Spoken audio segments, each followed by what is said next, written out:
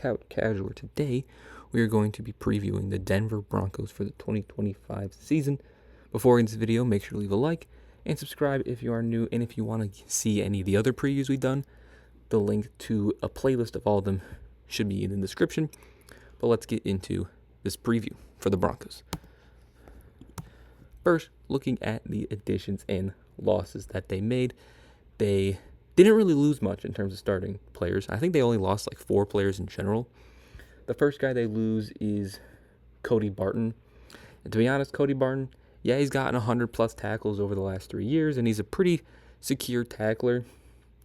And he does get interceptions, but despite getting interceptions, he's not necessarily the best in coverage, and he's mainly a run defender. But when you look at one of the additions they bring in being Dre Greenlaw, which, when healthy, Dre Greenlaw is still one of the best linebackers in football. In his last 2 healthy seasons in San Fran, he had 120+ tackles, was good in pass coverage and run defense. I think you're okay losing out on a guy like Cody Barton. So I think, overall, I think he got better. And then they also lose Javonte Williams, who honestly is just an okay running back. He's just a depth guy at this point. Now, did they really bring in any elite running back to replace him? I mean, they didn't really bring in any elite running back. They bring in J.K. Dobbins and R.J. Harvey. Now, J.K. Dobbins was actually pretty solid last year for the Chargers, 900 yards, 9 touchdowns, and if he played every game, he definitely would have gotten 1,010. And while I don't think J.K. Dobbins is a true RB1 workhorse type of running back, if you want to have a system where you have a running back by committee where you have 1 or 2 guys, J.K. Dobbins is perfect as one of those guys. And that seems like what the Broncos want to do because they have like 3 or 4 guys. So I like Dobbins as the number 1 guy in a RB committee type backfield. And they also bring in R.J. Harvey, who had a lot of production in college, especially at UCF. Very good after contact, got good balance. Now, he's not necessarily a third down back because he doesn't really have the most receiving ability. Not necessarily saying that Dobbins is like a top-tier receiving running back, but he's definitely better than Harvey, so I feel like having Harvey next to Dobbins, and Dobbins could be that guy on that third down, on those third downs. I think it's a nice little 1-2 punch they got there. I think R.J. Harvey can be a good NFL running back, and again, just like how Dobbins is good not being the number 1 guy, but being in a 2-headed backfield, I think the same can be said about R.J. Harvey, and I like having Dobbins as the 1A and Harvey as more the 1B. So I like the fit of those 2 guys, and I definitely think they're both upgrades over Javonte Williams. 2 other rookies they bring in that should see a lot of playing time, I think. They bring in Pat Bryant from Illinois at receiver. Good size, good physicality, very good ball skills out of Pat Bryant. He could use some work on his separation. He's more of just a big target. But again, I feel like that's just good to have because you can always work on your separation. I feel like you can't teach size and physicality. I mean, I guess maybe physicality, but you can't teach size. So I think Pat Bryant, he was a late pick too. So I think as a later round draft pick, Pat Bryant's a good player. And there's definitely something you could build on with Pat Bryant. And they also bring in Jedi Barron. He's their first-round pick from Texas. Super good at Texas. Big nickel. I think he fits perfectly in this corner room. We'll get into that in a little bit. He's got great awareness, great instincts. He's not the fastest or the best tackler, especially for his size. He could improve on his tackling ability as a corner. But I really like him he was clearly the best nickel corner in the draft, potentially the best corner in the draft. So I liked the fit with him in Denver. And then 2 other guys they bring in that we haven't mentioned. They bring in Evan Ingram to be their number 1 tight end. I like the Evan Ingram signing because when healthy, he can be a very good tight end. And it's not like he's been super injured the last couple of years. I just think he has just missed. He might have been injured last year, but played. I'm gonna quickly look up his stats. He played 9 games last year, but outside of that, he's played 15 plus the last 4 years. So he just was hurt last year. But his last healthy season in 2023, he was very good. I think Bo Nix, maybe you could argue, is the best quarterback Evan Ingram's played with. And he's one of the number one options on Denver. I'd say he's the second best receiver, if you include tight ends and wide receivers, on the team outside of Courtland Sutton. So I really like that he's in that role to really get a lot of targets. And then they also bring in Talanoa Hufanga, another guy from San Fran who has dealt with injuries. And again, when healthy, he's one of the best at his position. Now, Greenlaw just got injured in that Super Bowl and then played the last 2 games of this most recent season. Well, I think Hufanga's been banged up over the last year or two.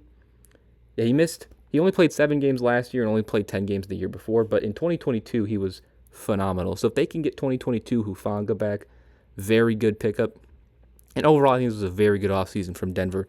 They lose 2 starters. I think they lost maybe 3 if you include the punter. I think they lost. And 4 players overall, I'm pretty sure. And they bring in all these guys. So I think overall it was a great offseason for Denver. Looking at their offense again, outside of Evan Ingram and their running backs, it's basically the same. They were 10th in points scored, and if you add all the stats combined, they were probably like the top 15 offense. But just looking at points scored, they were the 10th best offense in the league last year. Bo Nix had a phenomenal rookie year. Obviously, there are things that Bo Nix can work on, but he's a rookie quarterback. You don't expect it to be perfect. But for a rookie quarterback, he had a very good season. 10-7 record, took him to the playoffs, nearly 30 touchdowns to 12 interceptions.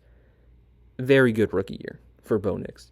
And there's obviously a ton to build off of with that. And what I like that the Broncos did is they improved the team around it. Now, I kind of wanted them to get another receiver high in the draft or in the offseason to pair alongside Courtland Sutton. But they bring in 2 running backs. They bring in Evan Ingram. And I think you can expect some improvement on the receivers they currently have. I'm hoping going into this offseason, they get a big-time receiver next to Courtland Sutton, because I think that'll take Bo Nix to an even higher level than he already is. And I think a big reason why Bo Nix had a very successful season is his O-line.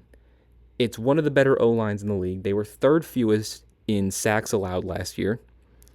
Garrett Bowles and Quinn Miners are some of the best linemen at their specific positions, and probably just some of the best linemen in general, especially Quinn Miners.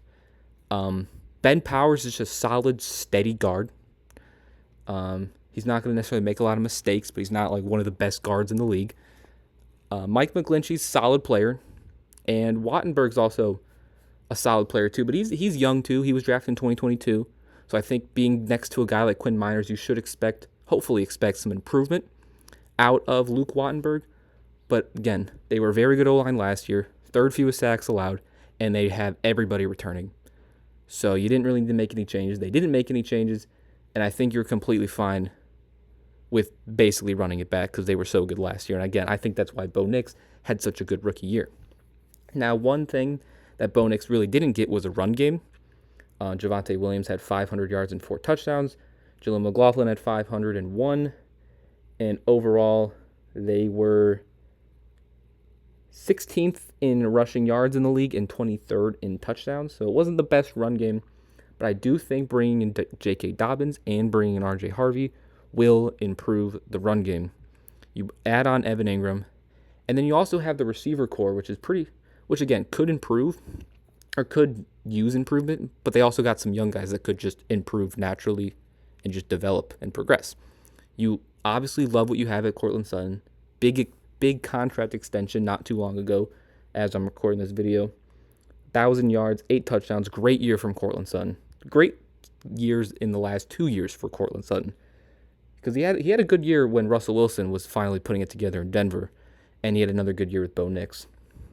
You like what you saw out of Marvin Mims, giving you that deep threat ability. He had that crazy catch in that Bengals game, I'm pretty sure, that gave him that lead late. But he had 506. Devon Vele gave you 475 and 3 touchdowns. See, you liked what you saw out of those 2 guys as your young pieces next to Sutton.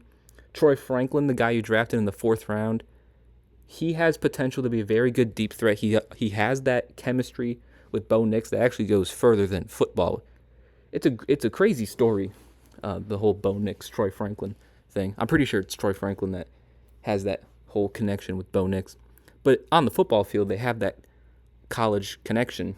So if that can work its way and Franklin can develop into a very good deep threat, that can open up a lot for this offense. Again, we talked about the Pat Bryant draft pick, who I think has a lot of potential because you have a lot of smaller, more deep threat guys in Vele, Mims, Franklin. So to have another bigger target outside of Sutton in Pat Bryant, I like that. So overall, again, could use improvement in the receiver room, and I would like them to maybe make a big move to add another receiver next offseason. But for now, it's not a bad unit. Bo Nix played well with it last year, and I think it will just be better adding Evan Ingram, adding a better run game, and the other guys in the receiver room just improving. So it wasn't bad last year. I mean, Bo Nix had a good year.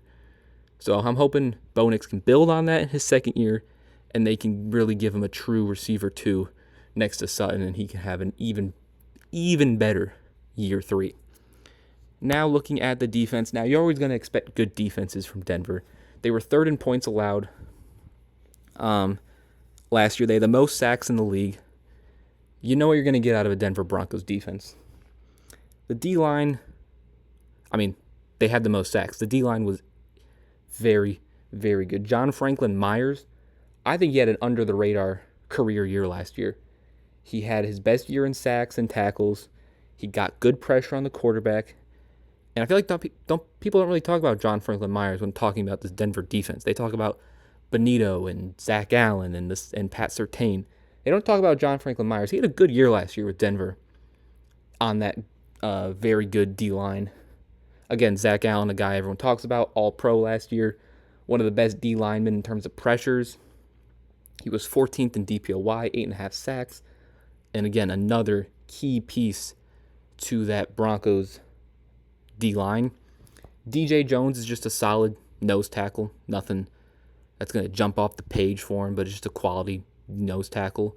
When you're next to Zach Allen and Franklin Myers, you're not asked to do too much. And I think that's what you ask out of DJ Jones, is just to be a solid nose tackle for you.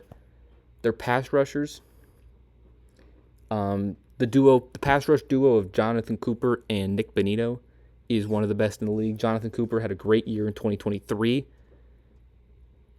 I don't think he had a great year in 2023 and an even better career year in 2024 in nearly every stat. He had 13 sacks. And then Nick Benito is probably the best player on that whole D-line, him or Zach Allen. Benito probably had the best all-around year of all edge rushers because he had 13.5 sacks. He had a pick 6. He had 2 forced fumbles. He was 9th in DPOY. And he also just got to the quarterback in general in terms of pressures very well. So Nick Benito had one of the best seasons of any edge rusher last year. Zach Allen had one of the best years of any interior D lineman. Cooper's a good player. Franklin Myers is a good player. DJ Jones is a fine player. And then you have the linebackers with Dre Greenlaw, who, again, when healthy, is one of the best linebackers in football. Alex Singleton, I think, is... Now, he was hurt most of last year, but when healthy, he gets a ton of tackles. He had 170-plus tackles in 2023. He's not necessarily the most secure tackler. He does miss them, but he also gets a lot. And he is a good run defender. I think he's an upgrade over Cody Barton. Now, they had him on the team already, but I think Singleton and Greenlaw is much better than Singleton and Cody Barton. So that front seven is insane. And then this isn't even talking about the secondary. First of all, we all know what Pat Surtain is, who Pat Surtain is, and how good Pat Surtain is, as probably the best corner in football. I think he's the best corner in football. So you have that pretty much locked up for a decade. Next to him, there's a little bit of a question mark. You have Riley Moss, who had a promising second year. That was basically his first year because he didn't really play much his rookie year. So in his technical rookie year, if you want to call it, it was a promising season. I think everyone was excited, about Riley Moss for reasons. But I think overall as a football player, he was a quality corner last year, and there is definitely stuff to build off of. Brandon Jones had a very good year in his first year as a Bronco, and a career year at that. I was looking at the stats of Brandon Jones, and I was surprised at how good of a year he had. And pair him next to a guy like Hufanga, who, again, when healthy, is one of the best. If you get 2022 Talanoa Hufanga paired alongside Brandon Jones, alongside 2024 Brandon Jones, you can make an argument that that's up there with the Lions as the best safety duo in football, in my opinion. And then again, we talked about Jedi Barron, who I like as a nickel corner, big nickel corner, and I think him paired alongside Moss and Surtain. Because at first, when they took a corner, I was a little confused. I thought they could have taken a running back, a tight end, a receiver. But then looking at it, they have Pat Surtain, one of their outside corners, best in the league. You have Riley Moss, your other outside corner, who showed a lot in his second year and first year where he played a lot. And then you bring in Jedi Barron as your nickel to sort of complete that secondary. So now you have Pat Surtain, who was drafted in 2021, Riley Moss, who was drafted in 2023, and Jedi Barron, who was drafted in 2025, as your starting corner rotation, or starting corners. That's pretty good. And then pair that alongside with Brandon Jones and Hufanga, who are more on the veteran side. They're definitely a little older. I guess Hufanga's not really. He's only like his 5th season.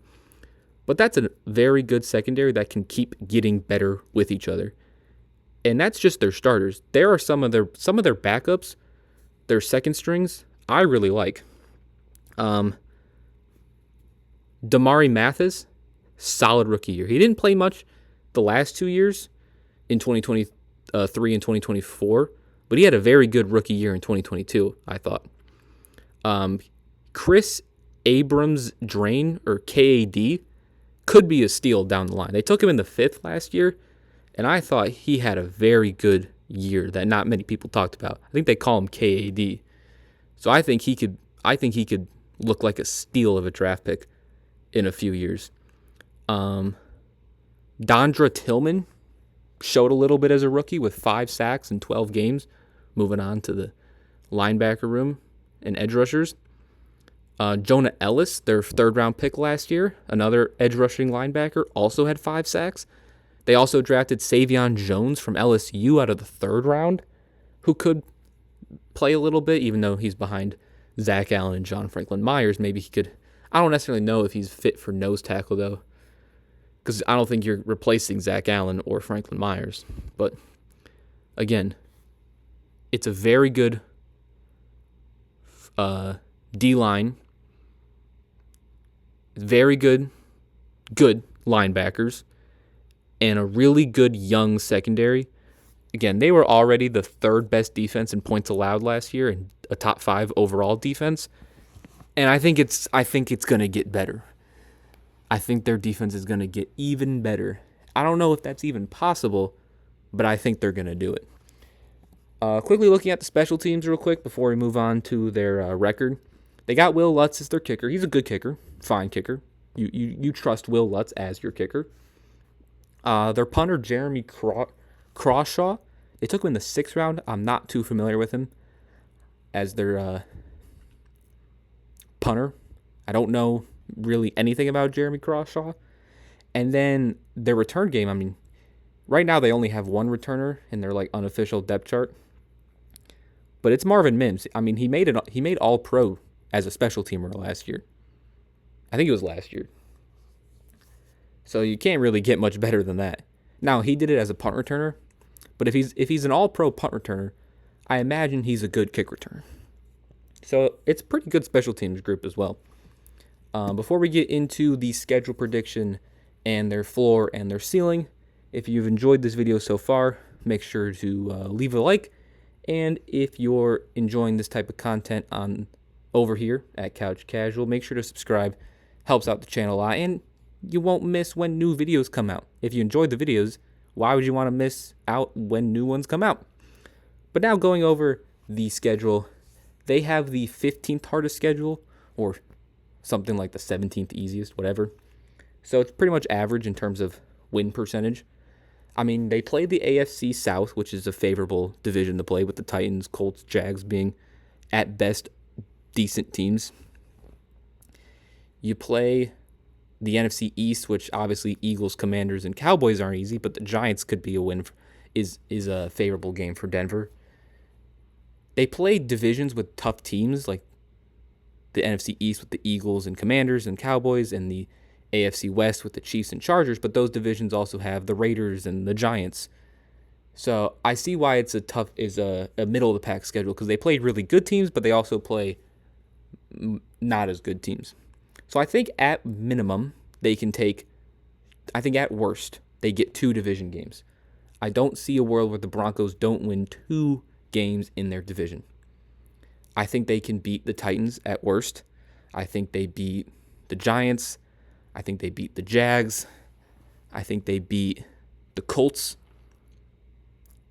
And I think that's a good floor for now. I think their floor, I have it at 7-10.